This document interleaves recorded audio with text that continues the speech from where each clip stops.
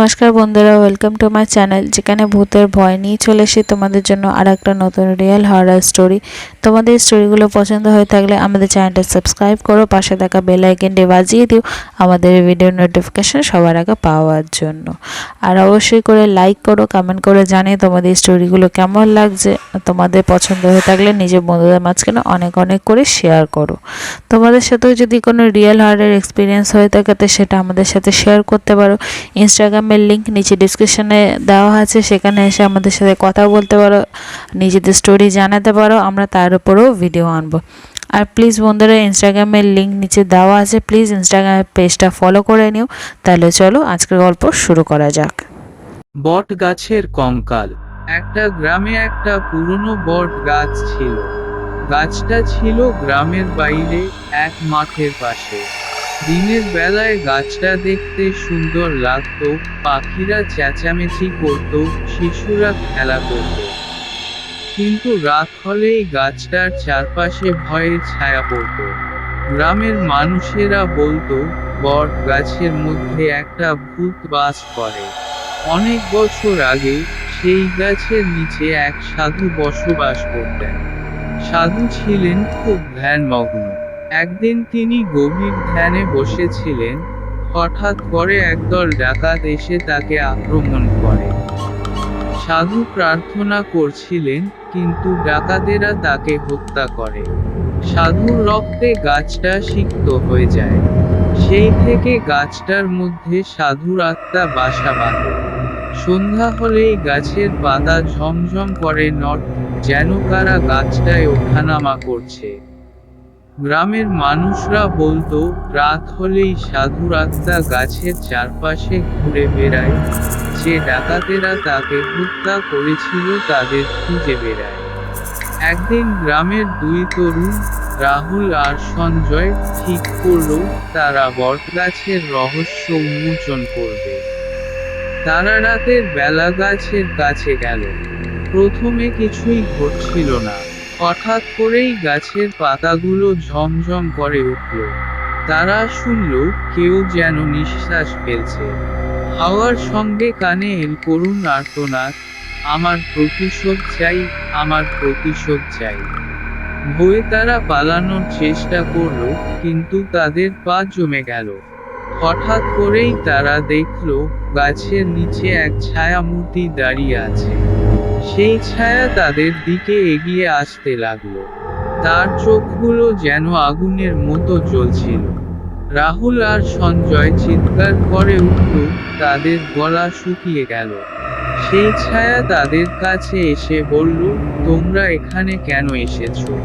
আমার প্রতিশোধের আগুন এখনো জ্বলছে। তারা ভয় কাঁপতে কাঁপতে বলল, আমরা কিছু জানি না, আমরা শুধু গাছের রহস্য জানতে এসেছি। ছায়ামূর্তি তাদের দিকে তাকিয়ে বলল, যাও, গ্রামে ফিরে যাও। আর কখনো এই গাছের কাছে আসো না। রাহুল আর সঞ্জয় দৌড়ে পালিয়ে গেল। তারা গ্রামে ফিরে এসে সবাইকে বলল, বট গাছের ভূত সত্যি। সাধুর আত্মা এখনো সেই গাছের মধ্যে বাস করে। এরপর থেকে কেউ আর রাতের বেলা বট গাছের কাছে যায় না।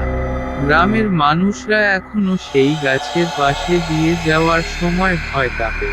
রাত হলেই গাছটা যেন জীবন্ত হয়ে ওঠে, পাতা ঝমঝম করে, আর বাতাসে ভেসে আসে সেই করুণ আর্তনাদ, আমার প্রতিশোধ চাই।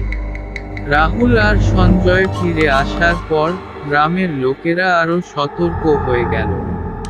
তারা দিনেও বটগাছের কাছে যেতে সাহস পেত না। কিন্তু রহস্যের ছায়া তাদের মন থেকে মুছে যেতে সময় নিল। কয়েকদিন পর গ্রামের প্রধান, রামচরণ, সিদ্ধান্ত নিলেন যে এই রহস্যের সমাধান করতেই হবে। তিনি গ্রামের প্রাচীনতম পুরোহিত, আচার্য দেবপ্রসাদকে ডেকে পাঠালেন। আচার্য ছিলেন বিদ্বান ও যোগ্যতা সম্পন্ন, তার কাছে গ্রামের মানুষ গভীর বিশ্বাস করত। আচার্য দেবপ্রসাদ গাছের রহস্য শুনে বললেন, আমরা প্রার্থনা করব এবং সেই সাধুর আত্মাকে মুক্তি দেব। রাতে আচার্য দেবপ্রসাদ, রামচরণ, রাহুল, সঞ্জয় এবং কিছু গ্রামের মানুষ গাছের কাছে গেল। আচার্য দেবপ্রসাদ একটি বড় যজ্ঞের আয়োজন করলেন। তিনি মন্ত্রপাঠ শুরু করলেন, ধূপ ধুনো ঝালানো হলো এবং প্রার্থনা শুরু করলেন। যজ্ঞের ধোঁয়া ধীরে ধীরে গাছের দিকে উঠতে লাগলো। গাছের পাতাগুলো ঝমঝম করে নড়তে লাগলো, যেন গাছটি জীবন্ত হয়ে উঠেছে। আচার্য দেবপ্রসাদ আরো জোরে মন্ত্রপাঠ করতে লাগলেন। একসময় গাছের ছায়া মূর্তি আবারও প্রকাশ পেল। সে গম্ভীর স্বরে বলল, কেন আমাকে বিরক্ত করা হচ্ছে? আচার্য দেবপ্রসাদ উত্তর দিলেন, তোমার আত্মা মুক্তির অপেক্ষায় রয়েছে। আমাদের সহায়তা গ্রহণ করো।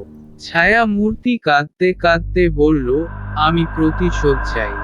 আমার মৃত্যুর পর বিচার পাইনি। আচার্য দেবপ্রসাদ বললেন, প্রতিশোধ আর মুক্তি একই সাথে সম্ভব নয়। তোমার আত্মা শান্তি পাবে, তোমার প্রতিশোধের আগুন নিভে যাবে। যজ্ঞের আগুন উজ্জ্বল হয়ে উঠল, মন্ত্রের ধ্বনি আরো তীব্র হল। হঠাৎ করে ছায়া মূর্তিটি ধীরে ধীরে মিশে গেল ধোঁয়ার সাথে। গাছের পাতাগুলো থেমে গেল এবং সবকিছু শান্ত হয়ে এল। গ্রামের মানুষরা শান্তির নিঃশ্বাস ফেলল। আচার্য দেবপ্রসাদ বললেন, সাধুর আত্মা মুক্তি পেয়েছে। এখন এই গাছ আর ভয়ঙ্কর নয়। এরপর থেকে গাছটি আবারও সুন্দর ও শান্তিময় হয়ে উঠল। গ্রামের মানুষরা আবারও গাছের ছায়ায় বসে গল্প করত, শিশুরা খেলা করত।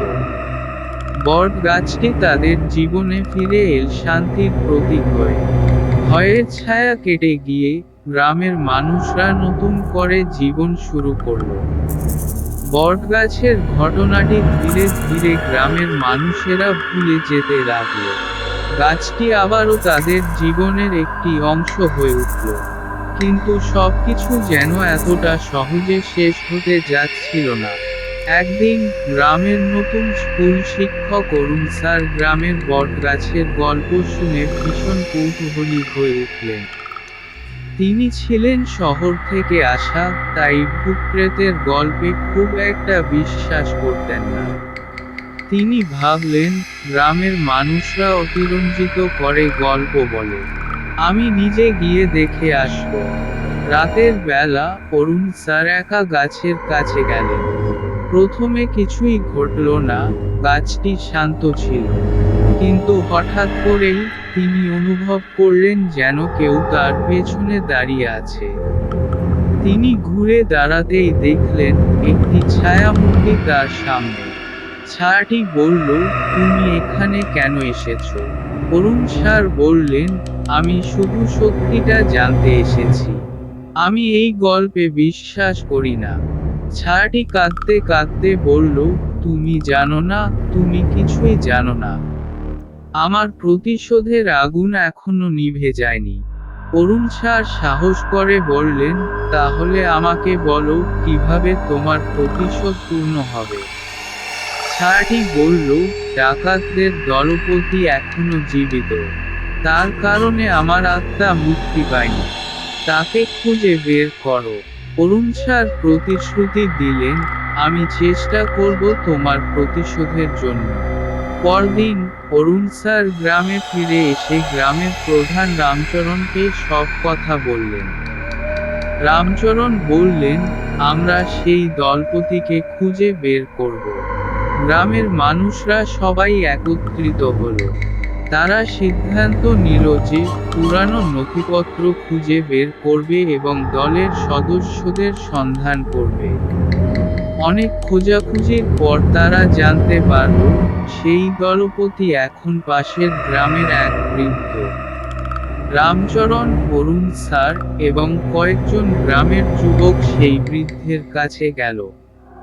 বৃদ্ধ স্বীকার করল যে সেই দলের প্রধান ছিল। তার চোখে জল এসে গেল। সে বলল, আমি জানতাম একদিন এর প্রতিশোধ আসবে। আমি আমার কৃতকর্মের জন্য দুঃখিত। গ্রামের পুরোহিত আচার্য দেবপ্রসাদকে নিয়ে এসে বৃদ্ধকে ক্ষমা প্রার্থনা করানো হলো। আচার্য দেবপ্রসাদ মন্ত্রপাঠ করে এবং বৃদ্ধকে শুদ্ধিকরণ করলেন। সেই রাতে অরুণ স্যার আবার বট গাছের কাছে গেলেন। ছায়ামূর্তি আবারও প্রকাশ পেল। অরুণ স্যার বললেন, তোমার প্রতিশোধ পূর্ণ হয়েছে। ছায়াটি ধীরে ধীরে হাসি মুখে মিলিয়ে গেল। গাছের পাতাগুলো নীরব হয়ে এল, যেন শান্তির নিঃশ্বাস ফেলল। এরপর থেকে গ্রামের মানুষরা আবারও বটগাছের নিচে শান্তিতে বসে গল্প করত। আর কেউ কখনো গাছের কাছ থেকে কোনো ভয়ঙ্কর আওয়াজ শুনল না। গাছটি হয়ে উঠল তাদের জীবনের এক অবিচ্ছেদ্য অংশ, শান্তির প্রতীক। বটগাছের কঙ্কাল।